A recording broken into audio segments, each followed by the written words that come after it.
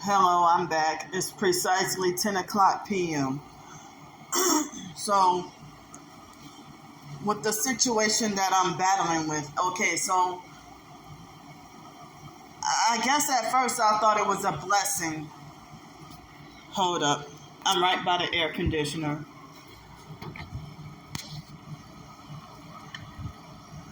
So, at first, I thought it was a blessing to finally get this place to live, okay? Off the streets, no longer homeless. So, as I said, people acting like they didn't want to help me get off the streets. And people that acted like they didn't want to help me. So eventually, I got off the streets. I got this place.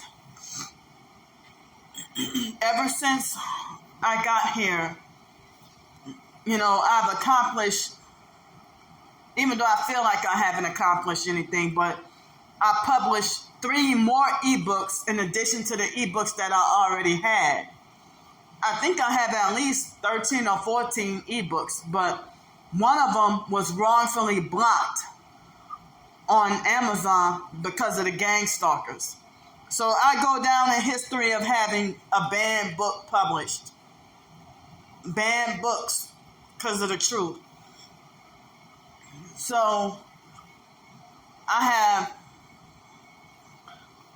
accomplished publishing 3 more ebooks while being here, but I have quite a few other ones. I also I've written hundreds of short stories, fiction short stories.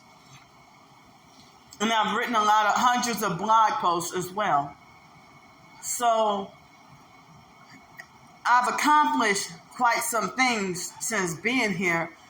And had I not had the attacks that I've had, then I could have accomplished much more. But since being here, though, the gang stalking, the online gang stalkers, they found out where I live before I even publicly announced where I was. The only thing I did is I showed the inside of this place to give everybody a tour when I first came here. So then, I'm glad that the sleep deprivation is not as bad as it could be or like it's been sometime, but they have caused me vertigo, nausea, dizziness. They have given me a fake bad reputation in the neighborhood, and I just got here. I get gang stalked every time I go out somewhere. I can't even just step out right here and go take out the trash.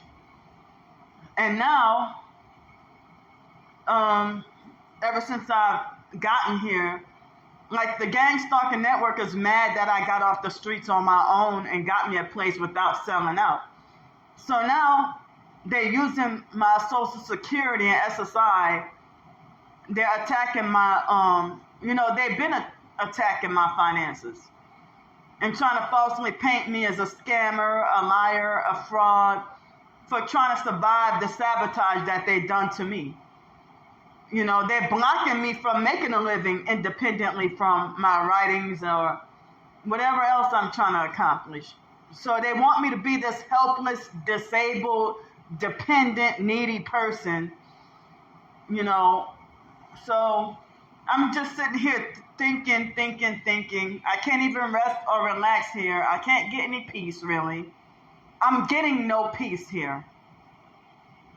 And so I'm thinking back on, since they're attacking me about the Social Security, I'm reflecting back on when the abusive fake foster mom, Adrienne Felder, had, when she had one day, because the fake social worker, also a narcissistic abuser and part of the gang stalking, Miss Karen Pierce. It was at 1010 Common Street in New Orleans, Louisiana. I think the zip code is 70012 I think it's 70012, the zip code. And I don't know what suite it was in, but it was back in 2000, 2001.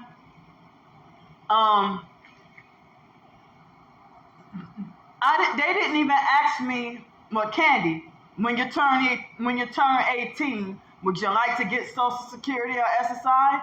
They tried to make like it was an automatic, or like I didn't have any choice.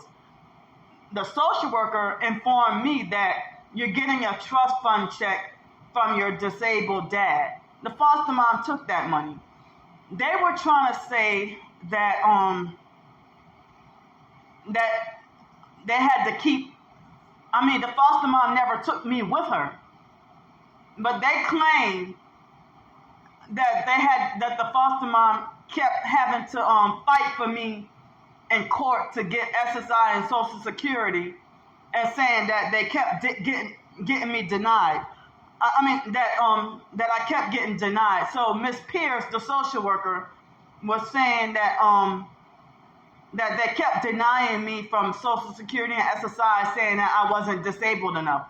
I forgot how I found out, but I heard that when I was a child, the reason why my twin sister got more trust fund money than I did, because my twin sister got, like, I only got $5,000, my twin sister got $15,000. She had enough that she was able to get her a car. So I heard the foster mom said that I didn't get as much, because I heard that the foster mom I never saw any of that money when I was in foster care. She gave us a crummy allowance of $20 a month, and then would look for excuses and to not give it to us, and then make it like as if it depends on how, quote unquote, good we do the chores around the house. The foster mom, it's like we were victims of labor trafficking, with her using us as cleanup slaves for a wage of $20 a month. So I did not know that the foster mom was getting Social Security in my name or SSI checks without my knowledge, and I was still a child in foster care. I had no idea. She was taking the foster sister Joni's Social Security checks. That was $394 a month. So Joni was getting a Social Security check, and the foster mom was taking Joni's checks. And one day, I was at the vocational rehabilitation office with a worker. Her name was Jane Weichert, the voc rehab worker. So she asked about asked about my diagnosis. And the foster mom, Adrienne Felder, she did this. Let's see. And she covered one eye, and they're like, let's see, schizophrenia. And she tried to play retarded and play psych games. And it's like the psychiatrist, Dr. Champa Chakraborty had not diagnosed me with schizophrenia.